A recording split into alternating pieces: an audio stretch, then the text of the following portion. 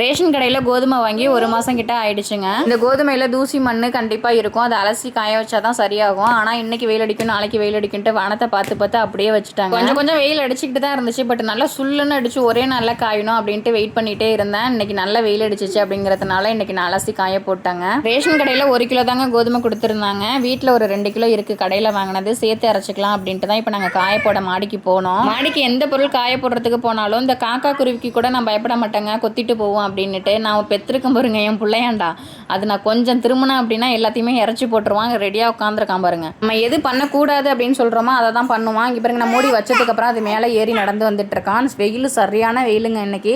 அதுக்கப்புறம் ஒரு வழியாக காஞ்சிடுச்சு. கடையில் வாங்குற கோதுமை நல்லா முத்தாக பெருசாக இருக்குங்க. பட் ரேஷன் கடையில் வாங்குறது ரொம்ப குட்டி குட்டியாக இருக்குது, ஏன்னு தெரியல.